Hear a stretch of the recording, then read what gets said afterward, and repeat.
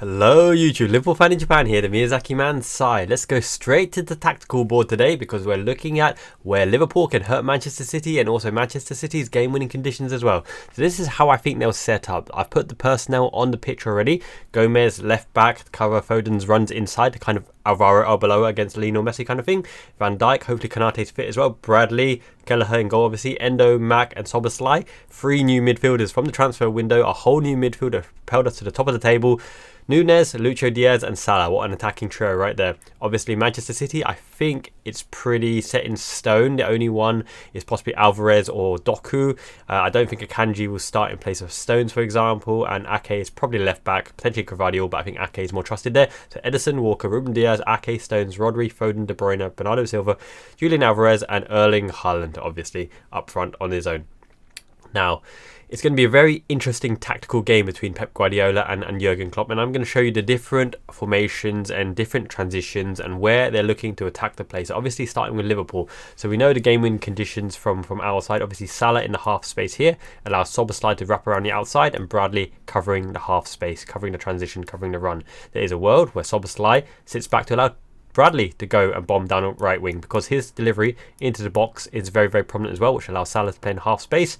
And it will be very interesting to see how much Ake and Walker are pinned back, not allowing them to step into midfield, and how much Stones and Rodri have to cover the back line as well, and whether even Stones and Rodri drop in to the back line to make a 4 to allow Ake to go wider and Walker to go wider, Alvarez tracking back and Foden tracking back as well. So one of the game-winning conditions is obviously getting Salah pinned against Ake, right? Really giving Ake the tough match and bringing him to these kind of areas, right? So if you have Szoboszlai ganging up on the right hand side, providing an option, Nunes going into the box, Endo pushing forward as well. Let's get rid of Endo's captain's cone hat and the cannon. It's actually a whistle, but it's a cannon as well. You're going to pin Salah against Ake, who I don't think really is a match against Salah. Ake is a good athlete, he's decent as a defender, but it's a similar to the Zinchenko problem. Salah really has a majority of opposition on toast because if Szoboszlai wraps around the outside, who's the one that's going to track the overlapping run, right? You have Bradley overlapping around the outside, you have Szoboszlai tracking around the outside. Ake is not very well versed into going down the channel and tracking a long runner. Neither is Rodri wanting to sit in this half space here because Rodri against Salah, he's probably got the techers and the speed to outdo a Rodri to get a shot in the way as well. So Salah is a very prominent outlet in this particular formation to get one-on-one against the defender, because as Salah intimated in an exclusive interview as well, against City he does get one-on-one. Usually against teams they double him, they triple team him, and they know that we overload the right hand side.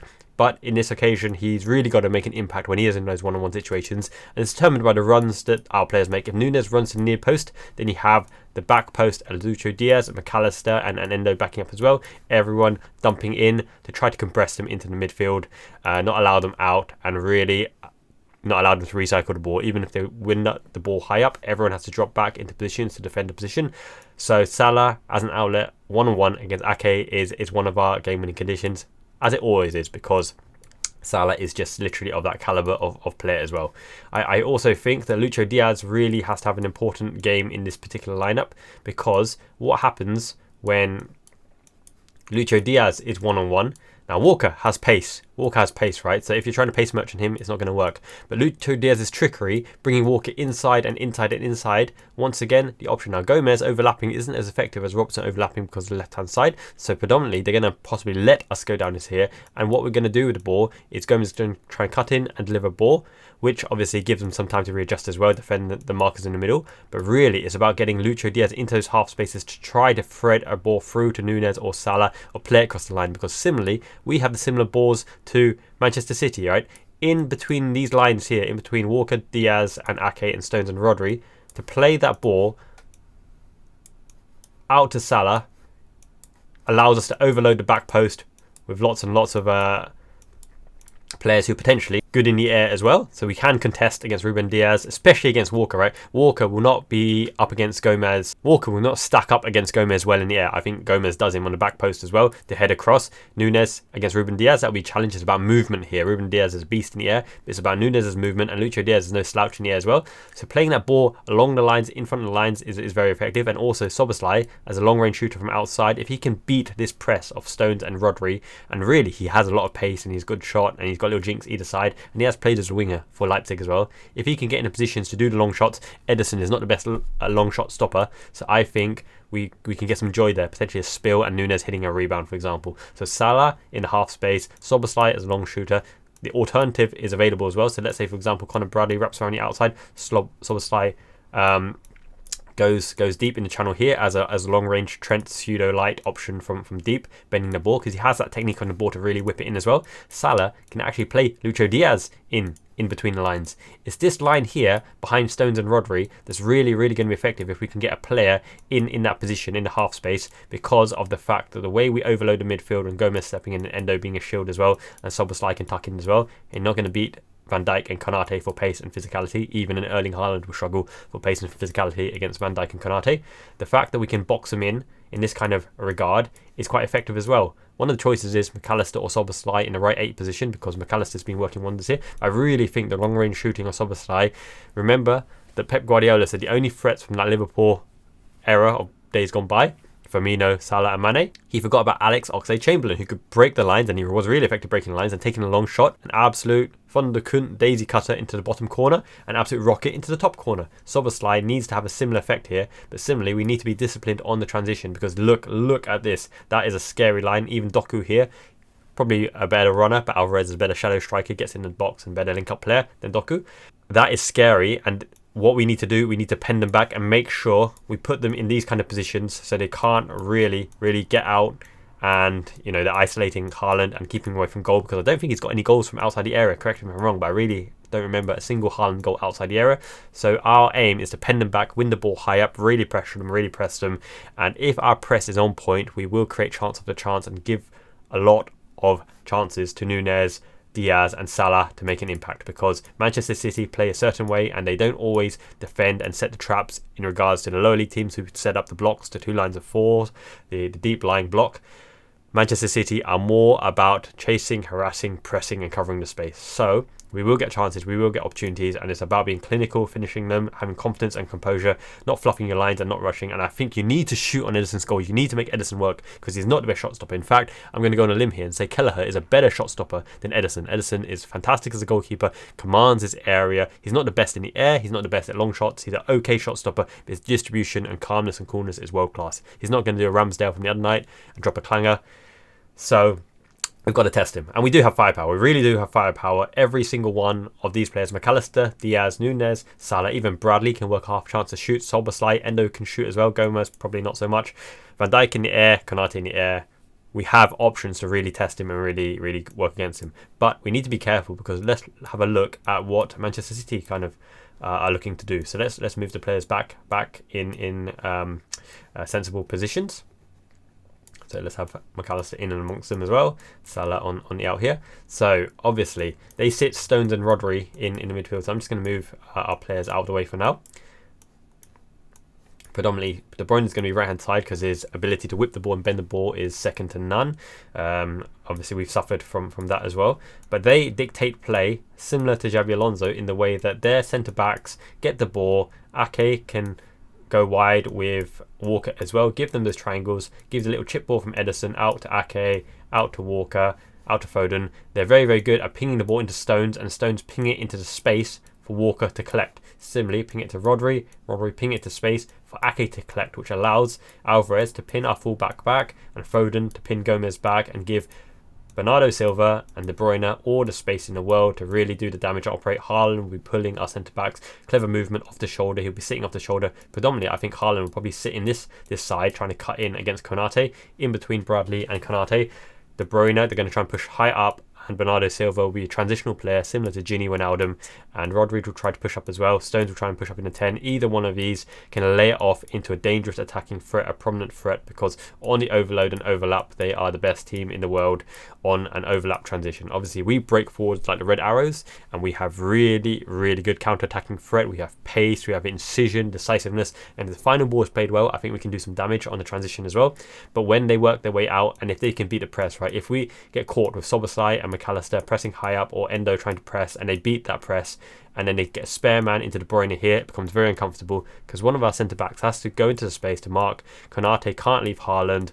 They start to overload, and on we go. The on-rushing team go back, and similar to us, Rodri and Stones sitting in front of our sixth position, sitting in front of the our play, congesting everything in. It's going to be a very, very uncomfortable day if they can get in this kind of position here. It'll be very, very hard for us to break out. McAllister will have to drop back. Szoboszlai will have to drop back as well. Lucho Diaz will be having to mark Walker. Salah will probably be high up, penning back Ake. Ruben Diaz will covering for Nunes as well. They'll push the offside line higher up as well. So end up in this kind of position, and you don't want this because Rodri and Stones will just keep rotating, dominating play, getting the ball, shifting it, and with their ability to look forward as well, if they can beat the press on the turn or with a pass, getting each other into the prominent positions behind the press. Because if Szoboszlai presses Stones and Stones manages to roll the ball into Bernardo Silva in the space, it's going to be very, very hard for Endo, because then Rodri can push up as well. So it's going to be very, very hard to mark them all the time. De Bruyne is faster than McAllister. It might even be worthwhile switching them around and putting Szoboszlai on the left, because McAllister probably has a similar amount of pace to Bernardo Silva and Stones, but De Bruyne, a former winger, can do you for skill, can do you for pace, can do you for physicality. He's very similar to Szoboszlai as well, except from the fact that he's more proven. He's got that delivery as well.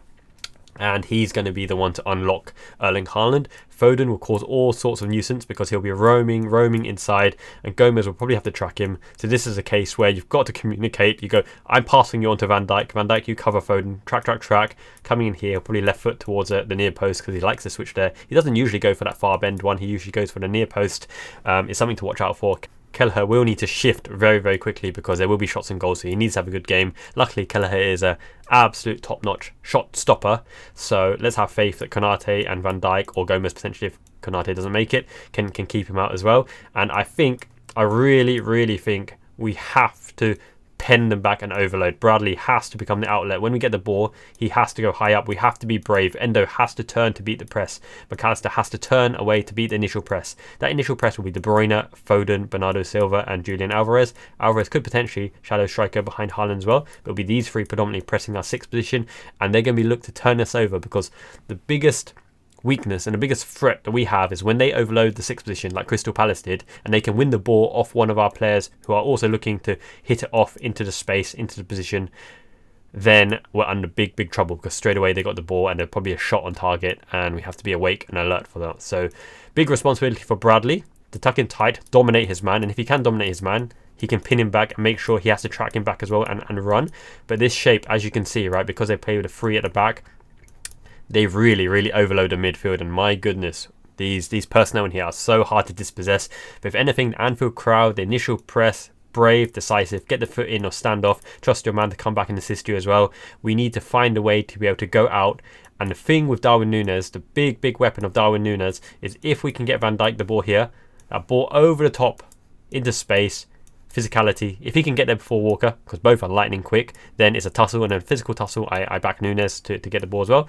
Alternatively, on the other side here, whacking it out to Salah has always been a weapon of ours, and I fancy Salah against Ake. This is the matchup that I think we need to make happen again and again in order for us to get a lot of joy here, because we always make things in the right half space. This is how Trent got his goal last time. Salah playing it back to Trent, bopping it up and volleying it straight away into the corner. But really, we need to get a foothold in the midfield, because it's going to be a four front line pushing our six with two holders. So we need to find the ability to work into the half spaces on the side, where it's Lucho Diaz picking up here, or Lucho Diaz cutting here, Núñez going around the outside, and Gomez picking up in here, because Gomez can add the extra layer, which is why I think Gomez starts the extra layer alongside McAllister, alongside Endo, right, to give us some bodies and personnel in the middle. We need to get a foothold in midfield, be able to turn over the ball, win the ball on occasion, which will launch our counter-attack. On occasions, we will be frustrated because the ball will keep coming from Manchester City. The narrative of the game will ebb and flow, but I think the personnel in the pitch are good enough to thread the ball through the lines, to play with bravery, to not allow City to dominate. And as you've seen previous this season, City are not invincible. They do not have that clutch additional man that if Foden and Haaland aren't firing, like Gundogan to step up and do something. Mahrez with a bit of magic. Foden and Haaland are the main goal threats, with Rodri from the outside and De Bruyne with a pot shot as well. But it's the delivery that we have to really stop and pay attention to, because De Bruyne from the right hand side whipping in behind to Haaland, or switching over to Alvarez, who will play the ball across to a De Bruyne or to a Haaland. Bernardo Silva on the outside, Foden roaming into the 10 space and taking a shot as well. Lots and lots of threats here, so really we have to be attentive of the transitions, of the rotations, and everyone's got to put in a proper shift. But the good thing is we have the firepower of the bench. We have a Gakpo, we have a Harvey Elliott who can come on and add something different as well. But the main lineup, the main plan, they have to trust in Klopp's plan to nullify the opposition and work ourselves into our gaming win opportunities, and our firepower is just as good as them. I don't think anyone in world football wants to line up against Lucho Diaz, against Darwin Núñez, and against Mohamed Salah with Szoboszlai outside, Endo and McAllister feeding them through, and that front pivot base of Endo, McAllister and Gomez, which is also between a rock and a hard place. Where do you go through, because you're backed up by Van Dijk as a shadow, and Konate as well, and Bradley's a great one-on-one defender, as is Joe Gomez in physicality. Okay, so let me reset the board a little bit and show you what I think are some game-winning scenarios on the Liverpool side and some game-winning scenarios on the Manchester City side in terms of what we need to do.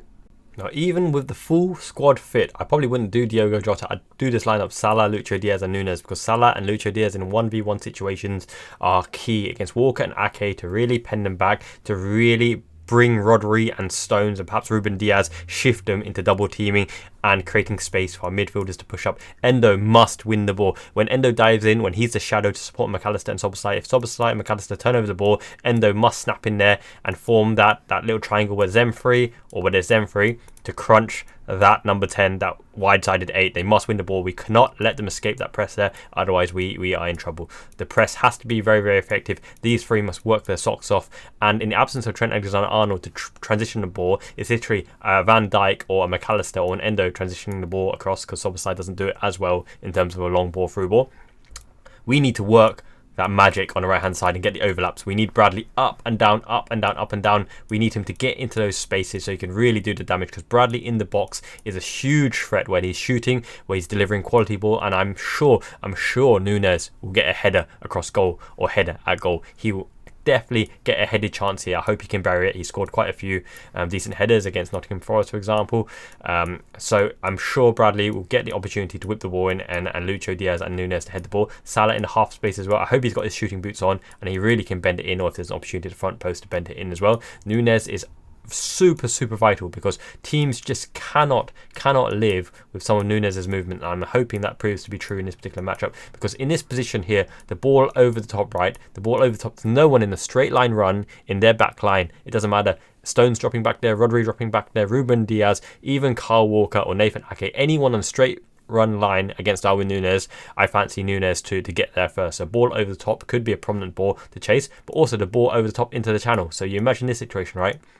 Usually their right back cannot live with Darwin Núñez, but Kyle Walker is outstandingly fast. But once again, on a standing start, on a trigger point, if Endo pings the ball back to Konate, if the ball comes back to Konate, and that is our trigger point for Konate to smash it in there straight away, if Núñez knows that and gallops straight away on a standing start, he'll beat Kyle Walker in a run as well, because over distance, I think Núñez is terrifyingly fast, and despite Walker being amazingly fast, he is getting older as well, whereas Núñez is in his pomp. So really utilising that long ball of Núñez into space, Salah into meters as well, Gakpo likes the ball to feet and Núñez likes the ball into space, is our outlet to play the game into the second phase, into the transition, where we just pen, push everyone into forward positions, and then we play from there, which allows us to congest the play and go in there as well. Gomez can even act as that extra shield. Gomez and Endo sitting side by side, Van Dijk there, Konate in the middle, Bradley out wide waiting for the whip around again.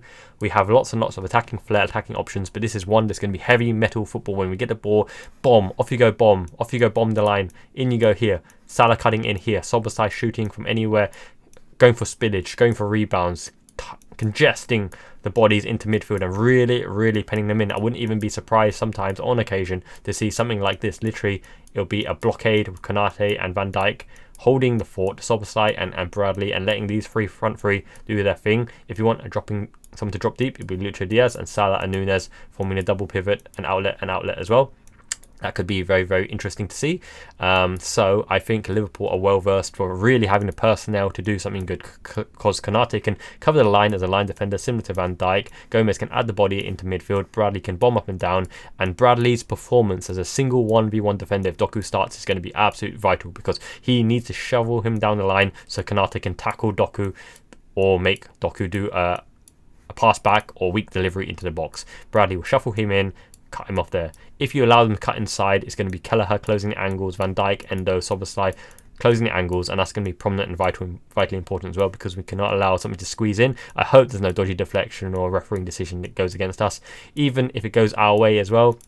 That's not the way you really want to win a match. Obviously, I want to win by any means necessary, but once again, we have loads of chances, loads of opportunity to really give it a proper go. Harvey Elliott coming on as a pseudo Salah, or in the number 8 position as well. Salah will stay on regardless. He always stays on unless it's an injury or tactical change. But we have the Gakpo, we have the Elliott, we have the youngsters, the Bobby Clark, to add something and legs into midfield as well. We do have a decent squad, and I think Klopp trusts his squad more than Pep Guardiola. Mateus Nunes, yeah, maybe. Kovacic, decent player, transitional player in midfield. Maybe one of Alvarez and Doku coming on as well. I think they will come on. The other one will come on for whoever doesn't start. But usually Pep doesn't tinker too much at Kanji for set pieces. That's another thing. If we do get a set piece opportunity from the wide position here or the wide position there, really make the most of it, because Van Dijk is an absolute terror, an absolute beast. We've got to be solid on their set pieces. Watch for the switch of plays for a long shot and a long diagonal as well. But on set pieces, we can really get some joy, because somehow our set pieces are becoming more prominent. Van Dijk's really getting his head onto those balls. We worked on them properly good, and I hope we don't get screwed by a dodgy offside decision again, like that Endo Carabao Cup final. Didn't matter in the end. So really go for it. And what do we need to do to stop City? So City obviously transitioning in, Haaland being off the shoulder. Watch out for his runs in behind, and we can't get pulled too deep from a Haaland position, because those outside the box magic workers, especially De Bruyne from this half space here, you know, the same as Trent Alexander-Arnold. You don't want De Bruyne here or De Bruyne here. But similarly, you don't want Foden in this position either. You don't want Foden in this kind of position, because he will do a lot of damage. And Bernardo Silva is really annoying for the fact that you just can't dispossess him, and he roams around and becomes an extra man to relieve the pressure. He's just a better version of he's just a better version of Curtis Jones, really. De Bruyne, Bernardo Silva, and they just have so much threat. Julian Alvarez being the spare man, cutting inside as well, doing the damage. And the two midfield controllers, Rodri and Stones, don't let them dictate the play and overcome it. The fact that we got Wataru Endo to crunch one of them, McAllister's hardworking and really ball winning as well, and Soboslai gives me a little bit of confidence. But once again, there's only so much you can do against outstanding quality. But Caicedo and Enzo Fernandez are quality as well, but maybe not the same tiki-taka ball playing skills of a Spanish contingent of Rodri and Stones, who's like a Spanish player at heart, really. So yeah, ultimately, the press has to work. We have to get in and amongst them. We have to ruffle their feathers. Anfield has to be loud. Klopp has to see what Guardiola is trying to do in his passing lanes and setups. We can't be lured into a false sense of security when they quickly switch the play and they get the spare money outside to run in and shoot behind. Hopefully no individual mistakes. Be absolutely clued on. Play passionately. Play bravely. Play to Klopp's tactical formation and his strategy. Believe in the plan, believe in what Linders has trained you every single week. I think we can do it. I have huge faith. You've seen my previous videos. Hope you enjoyed this one. Drop a like for this tactical analysis as well. I want to do a huge tactical analysis board and a really interactive experience, but I need to somehow fund that and find the right software and find the right setup, coming in May. Now this is going to be a very close-knit affair. I've given my official score predictions already, but just in case you can't remember from a previous video, brought two examples to show you exactly what I mean, especially in regards to scorelines. You have the consistent, well-known quantity, the black sugar mochi, dark, exuberant. You know exactly what you're going to get. It's bog standard. Ruthless efficiency, black as midnight, comes onto the pitch, ruthlessly scoring with left foot, right foot, the first chance you get. You always got to keep your eye on this thing, because absolutely that's what it says on the tin. Plain Jane exists to score goals. Then you have the raw green exuberance with a bit of flair, juicy topping on top. You never know what's underneath the initial layer, but when you get through the greenness, you might be in line for a tasty delight. Matcha green dango mochi with red bean anko anzu on top. Now what's going to happen in the match? It could go either way.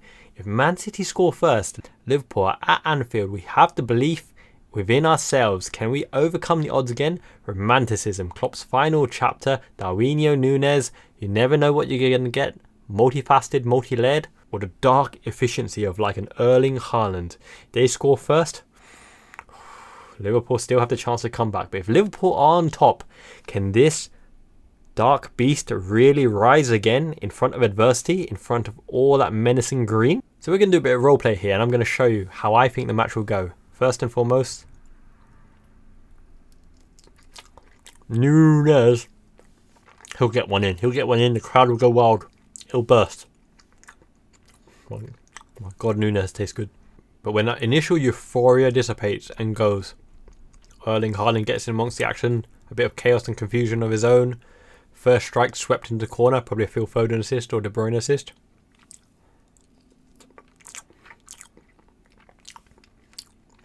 You don't want to go with a plain option, but sometimes you've got no choice. Erling Haaland, 1-1. Still a tasty match, right? And as we approach the end of the match, maybe 75 minutes and beyond,